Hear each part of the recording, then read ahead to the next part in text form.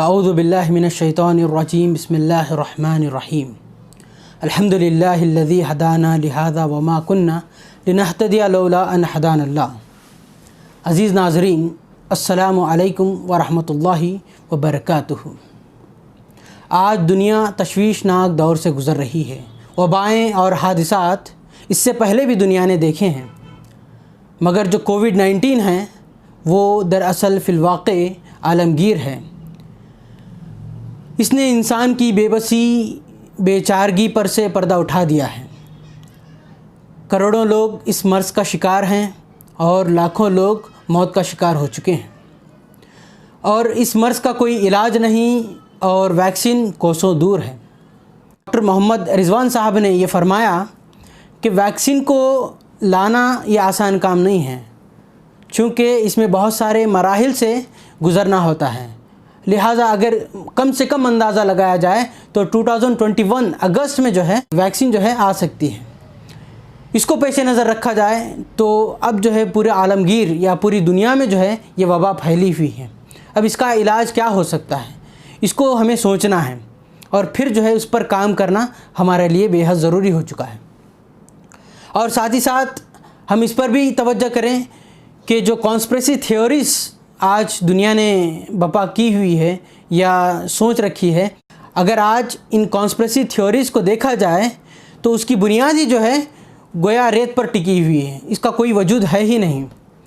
لہٰذا ان تمام معاملات کو اگر پیش نظر رکھا جائے تو یہ بات واضح طور پر ہمیں سمجھ میں آتی ہے کہ یہ اللہ تبارک و تعالیٰ کی طرف سے یہ تنبیہ ہے کہ انسان جب غفلت میں مبتلا ہو جاتا ہے، اپنے آپ کو انا ربکم الاعلیٰ کہنے لگتا ہے، اور پھر اپنے آپ کو بڑا سمجھنے لگتا ہے اور پر ظلم زیادتی کرتا ہے، تب اللہ تبارک و تعالیٰ دنیا میں ایک چھوٹے پیمانے پر تنبیہ کرتا ہے تاکہ لوگ اس کی طرف متوجہ ہوں، اللہ کی طرف رجوع ہو۔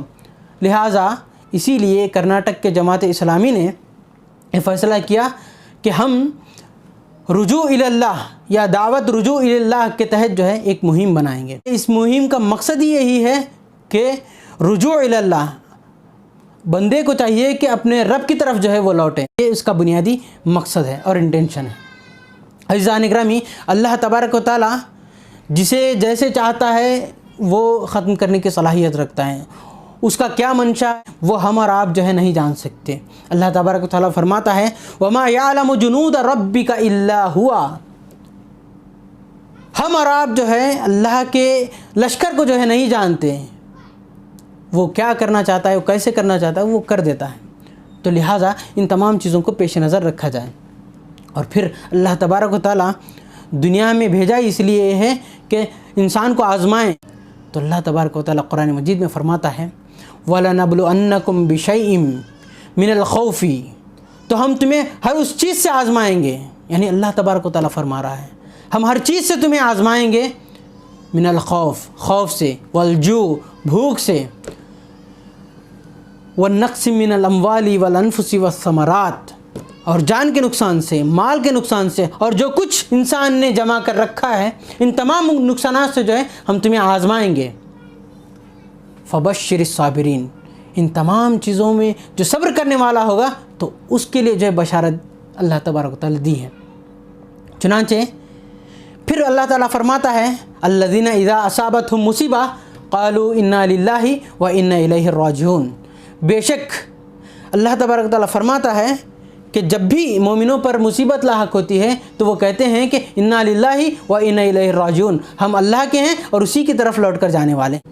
اور جیسا کہ ہمارا آپ جانتے ہیں کہ ہر انسان کو ایک دن مرنا ہے، کل نفس ذائقۃ الموت، یہ ہر انسان چاہے وہ مسلمان ہو یا غیر مسلم، ہر انسان جانتا ہے کہ ایک دن اسے گزرنا ہے۔ اسی سلسلے میں راحت اندوری صاحب نے ایک بہت خوبصورت شعر فرمایا تھا، یہ سانحہ تو کسی دن گزرنے والا تھا، یہ سانحہ تو کسی دن گزرنے والا تھا، میں بچ بھی جاتا تو ایک روز مرنے والا تھا۔ عزیزان گرامی، یہ جو ماحول پیدا ہو چکا ہے، انسان کو ایک دن مرنا ہے، لیکن جب مرتا ہے انسان تو اس کی ایک ابدی دنیا شروع ہو جاتی ہے، جب ابدی دنیا شروع ہو جاتی ہے تو وہاں دراصل کامیابی کا انحصار ہے. اگر وہاں کامیاب ہوتا ہے تو انسان در حقیقت کامیاب ہے. اگر وہاں فیل ہے تو پھر انسان دنیا میں کتنا بھی کچھ کمایا ہو, کتنا بھی بڑے پیمانے پر اس نے بزنس کھڑا کیا ہو, تو وہ بے معنی ہے. تو ان چیزوں کو پیش نظر رکھا جائے.